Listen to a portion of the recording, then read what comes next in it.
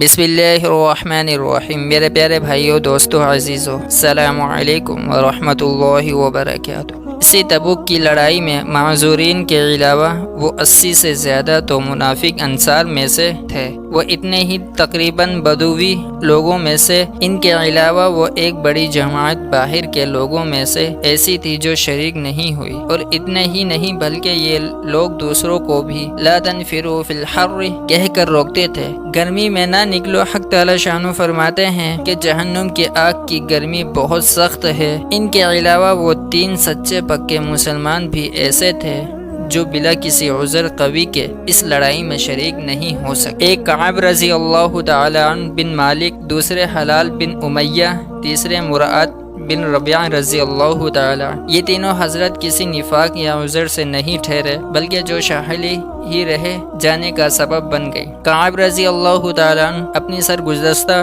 جو اس موقع پر پیش آئی مفصل سناتے ہیں۔ مراد رضی اللہ تعالی عنہ کا باغ خوب پل رہا تھا۔ ان کو خیال ہوا کہ اگر میں چلا گیا تو یہ سب ضائع ہو جائے گا۔ ہمیشہ میں لڑائیوں میں شریک ہوتا ہی رہا ہوں، اگر اس مرتبہ رہ گیا تو کیا مذائقہ ہے، اس لیے ٹھہر گئے۔ مگر جب تنبیہ ہوا تو چونکہ باغ ہی اس کا سبب ہوا تھا، اس لیے سب کو اللہ کے راستے میں صدقہ کر دیا۔ ہلال رضی اللہ تعالیٰ عنہ کے اہل و عزوہ جو کہے گئے ہوئے تھے، اتفاق سے اس موقع پر سب جمع ہو گئے۔ ان کو بھی یہی خیال ہوا کہ ہمیشہ شرکت کرتا ہی رہتا ہوں، اگر اس موقع پر نہ جاؤں تو کیا حرج ہے، اس لیے ٹھہر گئے۔ مگر تنبیہ ہونے پر سب سے تعلقات منقطع کر لینے کا ارادہ کیا کہ یہ تعلقات ہی اس لڑائی میں شرکت نہ کر سکنے کا سبب ہوئے۔ حضرت کعب رضی اللہ تعالیٰ عنہ کا قصہ احادیث میں کثرت سے آتا ہے۔ وہ اپنی سرگزشتہ بڑی تفصیل سے سنایا کرتے تھے۔ وہ فرماتے ہیں کہ میں تبوک سے پہلے کسی لڑائی میں بھی اتنی قوی و مالدار نہیں تھا جتنا کہ تبوک کے وقت تھا۔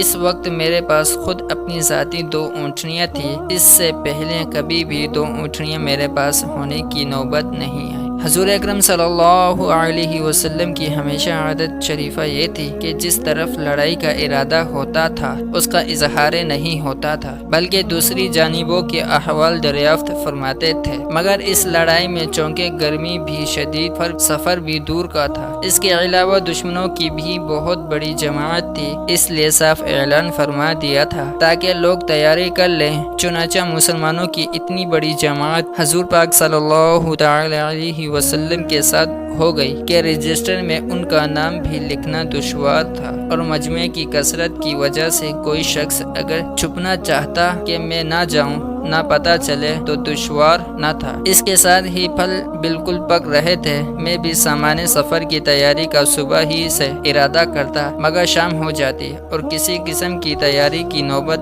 نہ آتی، لیکن میں اپنے دل میں خیال کرتا رہا کہ مجھے وسعت حاصل ہے، جب ارادہ پختہ کروں گا فوراً ہو جائے گا۔ حتیٰ کہ نبی اکرم صلی اللہ تعالی علیہ وسلم روانہ بھی ہو گئے اور مسلمان آپ صلی اللہ تعالی علیہ وسلم کے ساتھ مگر میرا سامان سفر تیار نہ ہوا۔ پھر بھی یہی خیال رہا کہ 1-2 روز میں تیار کر جا ملوں گا۔ اسی طرح آج کل پر ٹلتا رہا، حتیٰ کہ نبی اکرم صلی اللہ تعالی علیہ وسلم وہاں پہنچنے کا زمانہ تقریباً آ گیا۔ اس وقت میں نے کوشش بھی کی مگر سامان نہ ہو سکا۔ اب میں جب مدینہ طیبہ میں ادھر ادھر دیکھتا ہوں تو صرف وہی لوگ ملتے ہیں جن کے اوپر نفاق کا بدنما داغ لگا ہوا تھا، یا وہ معذور تھے جو حضور پاک صلی اللہ علیہ وسلم نے بھی تبوک پہنچ کر دریافت فرمایا کہ کعب رضی اللہ تعالی عنہ نظر نہیں پڑا۔ کیا بات ہوئی؟ ایک صاحب نے کہا، یا رسول اللہ، اس کو اپنے مال و جمال کی اکڑ نے روکا۔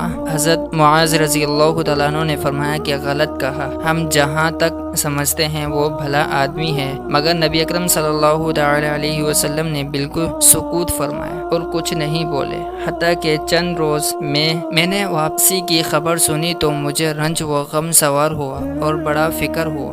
دل میں جھوٹی عذر آتے تھے کہ اس وقت کسی فرضی عذر سے حضور اکرم صلی اللہ علیہ وسلم کے غصے سے جا بچا لوں، پھر کسی وقت معافی کی درخواست کر لوں گا اور اس بارے میں اپنے گھرانے کے ہر سمجھدار سے مشورہ کرتا رہوں۔ مگر جب مجھے معلوم ہوا کہ نبی اکرم صلی اللہ علیہ وسلم تشریف لے ہی آئے تو میرے دل نے فیصلہ کیا کہ بغیر سچ کے کوئی چیز نجات نہ دے گی، اور میں نے سچ عذر کرنے کی ٹھان لی۔ نبی اکرم صلی اللہ علیہ وسلم کی عادت شریفہ یہ تھی کہ جب سفر سے واپس تشریف لاتے تو اول مسجد میں تشریف لے جاتے اور 2 رکعت تحیۃ المسجد پڑھتے اور وہاں تھوڑی دیر تشریف رکھ کے لوگوں سے ملاقات فرمائی۔ چنانچہ جب حسب معقول حضور پاک صلی اللہ علیہ وسلم تشریف فرما رہے اور منافق لوگ آ کر جھوٹے عذر کرتے اور قسمیں کھاتے رہے، حضور اکرم صلی اللہ علیہ وسلم ان کے ظاہر حال کو قبول فرماتے رہے اور باطن کو اللہ کے سپرد فرماتے رہے کہ اتنے میں بھی حاضر ہوا اور اسلام کیا۔ نبی اکرم صلی اللہ علیہ وسلم نے ناراضگی کے انداز میں تبسم فرمایا اور اعراض فرمایا۔ میں نے عرض کیا، یا نبی اللہ، آپ صلی اللہ علیہ وسلم اعراض فرما لیا، میں خدا کی قسم نہ تو منافق ہوں نہ مجھے ایمان میں کچھ تردد ہے۔ ارشاد فرمایا کہ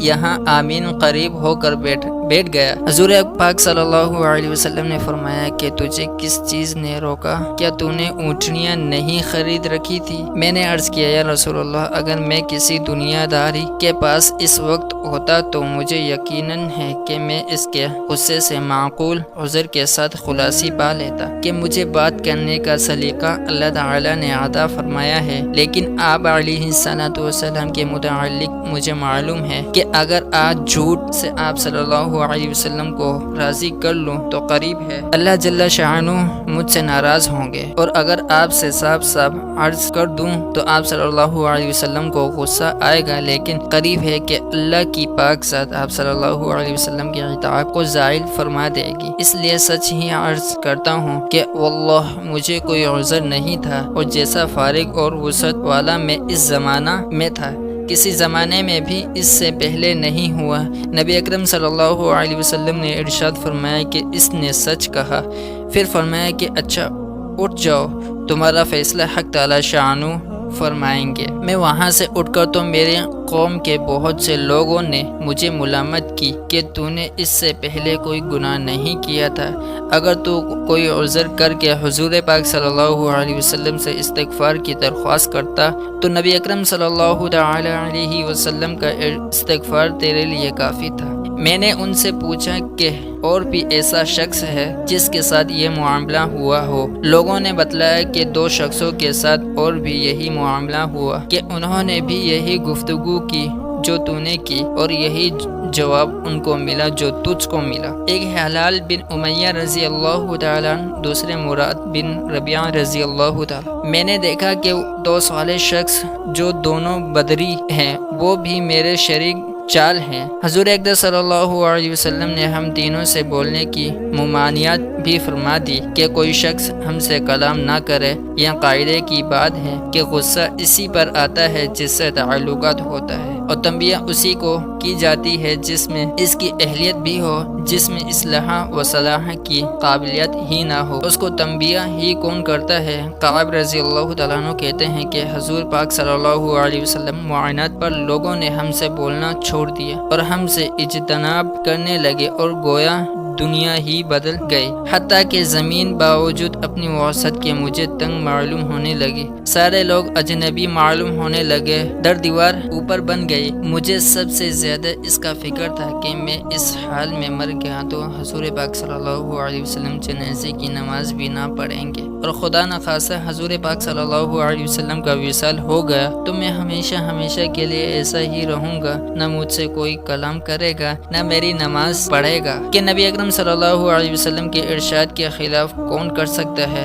عرض ہم لوگوں نے 50 دن اسی حال میں گزارے، میرے دونوں ساتھی تو شروع ہی سے گھروں میں چھپ کر بیٹھ گئے تھے، سب میں قوی تھا، چلتا پھرتا بازار میں جاتا، نماز میں شریک ہوتا، مگر مجھ سے بات کوئی نہ کرتا۔ نبی اکرم صلی اللہ علیہ وسلم کی مجلس میں حاضر ہو کر سلام کرتا اور بہت غور سے خیال کرتا کہ نبی اکرم صلی اللہ علیہ وسلم کے لب مبارک جواب کے لیے ہلے یا نہیں۔ نماز کے بعد نبی اکرم صلی اللہ علیہ وسلم کے قریب ہی کھڑے ہو کر نماز پوری کرتا اور آنکھ چرا کر دیکھتا کہ نبی اکرم صلی اللہ علیہ وسلم مجھے دیکھتے بھی ہیں یا نہیں۔ جب میں نماز میں مشغول ہوتا تو حضور پاک صلی اللہ علیہ وسلم دیکھتے اور جب میں ادھر متوجہ ہوتا تو حضور پاک صلی اللہ علیہ وسلم منہ پھیر لیتے اور میرے جانب سے اعراض فرما لیتے۔ غرض یہی حالات گزرتے رہے اور مسلمانوں کا بات چیت کرنا مجھ پر بہت ہی بھاری ہو گئی تو میں نے ابو قتادہ رضی اللہ تعالیٰ عنہ کی دیوار پر چڑھا اور میرے رشتے کے چچا زاد بھائی بھی تھے اور مجھ سے تعلقات بھی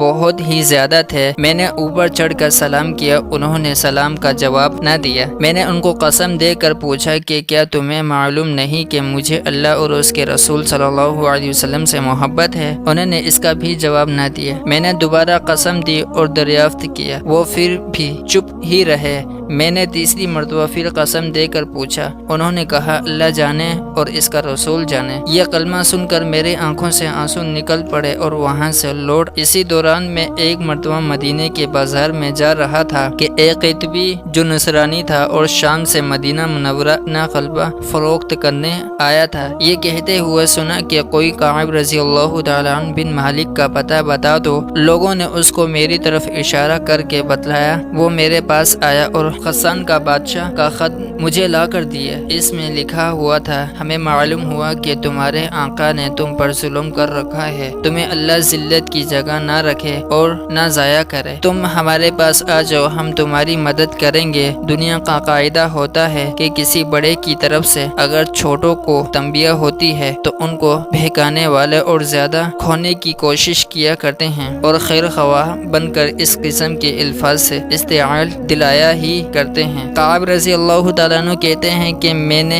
یہ خط پڑھ کر انا للہ پڑھی کہ میری حالت یہاں تک پہنچ گئی کہ کافر بھی مجھ میں طمع کرنے لگے اور مجھے اسلام تک سے ہٹانے کی تدبیریں ہونے لگی۔ یہ ایک اور مصیبت آئی اور اس خط کو لے کر میں نے ایک تندور میں پھونک دیا اور حضور صلی اللہ علیہ وسلم سے جا کر عرض کیا کہ یا رسول اللہ، آپ کے اعراض کی وجہ سے میری یہ حالت ہو گئی کہ کافر مجھ پر طمع کرنے لگے۔ اسی حالت میں 40 روز ہم پر گزرے تھے کہ حضور پاک صلی اللہ علیہ وسلم کا صدقہ میرے پاس حضور پاک صلی اللہ علیہ وسلم کا یہ ارشاد دے کر آیا کہ اپنی بیوی کو بھی چھوڑ دو۔ میں نے دریافت کیا کہ کیا منشا ہے، اس کو طلاق دے دوں؟ کہا نہیں، بلکہ علیحدگی اختیار کر لو۔ اور میرے دونوں ساتھیوں کے پاس بھی انہی قاصد کے معروفیت یہی حکم پہنچا۔ میں نے اپنی بیوی سے کہا یا کہ تو اپنے میکے چلی جا، جب تک اللہ تعالیٰ اس امر کا فیصلہ فرمائے وہی رہنا۔ ہلال بن امیہ رضی اللہ تعالیٰ عنہ کی بیوی حضور پاک صلی اللہ علیہ وسلم کی خدمت میں حاضر ہوئی اور عرض کیا کہ ہلال بالکل بوڑھے شخص ہیں، کوئی خبر گیری کرنے والا نہ ہوگا تو ہلاک ہو جائے گے۔ اگر آپ اجازت دیں آپ کو گرانی نہ ہو تو میں کچھ کام کاج ان کا کر دیا کروں۔ نبی اکرم صلی اللہ علیہ وسلم نے فرمایا مذائقہ نہیں لیکن صحبت نہ کرے۔ انہوں نے عرض کیا یا رسول اللہ، اس چیز کی طرف تو ان کو میلان بھی نہیں جس روز سے یہ واقعہ پیش آیا، آج تک ان کا وقت روتے ہی گزرا رہا۔ کعب رضی اللہ تعالیٰ عنہ کہتے ہیں مجھ سے بھی کہا گیا کہ حلال کی طرف تو بھی اگر بیوی کی خدمت کی اجازت لے لے تو شاید مل جائے۔ میں نے کہا وہ بوڑھے ہیں، میں جوان ہوں، یہ نامعلوم مجھے کیا جواب ملے، اس لیے میں جرأت نہیں کرتا۔ عرض اس حال میں 10 روز اور گزرے کہ ہم سے بات چیت میل جول چھٹی ہوئی۔ پوری 50 دن ہو گئے۔ 50ویں دن کی صبح کی نماز اپنے گھر کی چھت پر پڑھ کر میں نہایت غمگین بیٹھا ہوا تھا۔ زمین مجھ پر بالکل تنگ تھی اور زندگی دو بھر ہو رہی تھی کہ صلحہ پہاڑ کی چوٹی پر سے ایک زور سے چلانے والی نے آواز دی کہ کعب رضی اللہ تعالیٰ عنہ خوشخبری ہو تم کو۔ میں اتنا ہی سن کر سجدے میں گر گیا اور خوشی کے مارے رونے لگا اور سمجھا کہ تنگی دور ہو گئی۔ حضور اقدس صلی اللہ علیہ وسلم نے صبح کی نماز کے بعد ہماری معافی کا اعلان فرمایا، جس پر ایک شخص نے تو پہاڑ پر چڑھ کر زور سے آواز دی کہ وہ سب سے پہلے پہنچ گئے۔ اس کے بعد ایک صاحب گھوڑے پر سوار ہو کر بھاگے ہوئے آئے۔ میں جو کپڑے پہن رہا تھا وہ نکال کر بشارت دینے والی کی نظر کر دیے۔ خدا کی قسم ان دو پہاڑوں کے سوا اور کوئی کپڑا اس وقت میرے ملک میں نہ تھا۔ اس کے بعد میں نے دو کپڑے مانگے ہوئے پہنے اور حضور اقدس صلی اللہ علیہ وسلم کی خدمت میں حاضر ہوا۔ اس طرح میں نے دونوں ساتھیوں کے پاس بھی خوشخبری لے کر لوگ گئے۔ میں جب مسجد نبوی میں حاضر ہوا تو وہ لوگ خود جو خدمت اقدس میں حاضر تھے مجھے مبارکباد دینے کے لیے دوڑے، اور سب سے پہلے ابو طلحہ رضی اللہ تعالیٰ عنہ نے بڑھ کر مبارکباد دی اور مصافحہ کیا، جو ہمیشہ ہی یادگار رہے گا۔ میں نے حضور اقدس صلی اللہ علیہ وسلم کی بارگاہ میں جا کر سلام کیا تو چہرہ انور کھل رہا اور انوار خوشی کے چہرے سے ظاہر ہو رہے تھے۔ حضور اقدس صلی اللہ علیہ وسلم کا چہرہ مبارک خوشی کے وقت میں چاند کی طرح سے چمکنے لگا۔ میں نے عرض کیا کہ یا رسول اللہ، میری توبہ کی تکمیل یہ ہے کہ میں جائیداد جو ہے وہ سب اللہ کے راستے میں صدقہ ہے، کہ یہ سرود ہی اس مصیبت کا سب سے بنی تھی۔ حضور اقدس صلی اللہ علیہ وسلم نے فرمایا کہ اس میں تنگی ہوگی، کچھ حصہ اپنے پاس بھی رہنے دو۔ میں نے عرض کیا کہ بہترین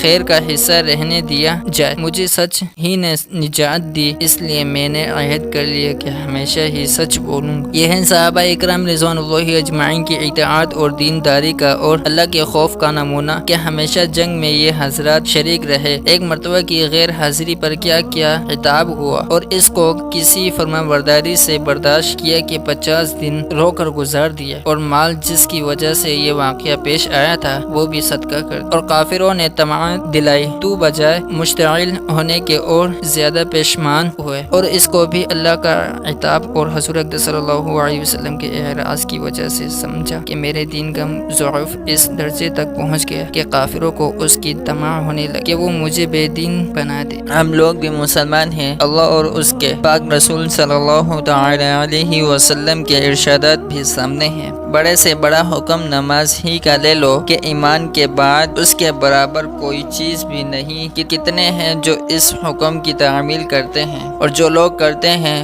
وہ بھی کیسی کرتے ہیں۔ اس کے بعد زکوٰۃ اور حج کا تو پوچھنا ہی کیا ہے کہ اس میں تو مال بھی خرچ ہوتا ہے۔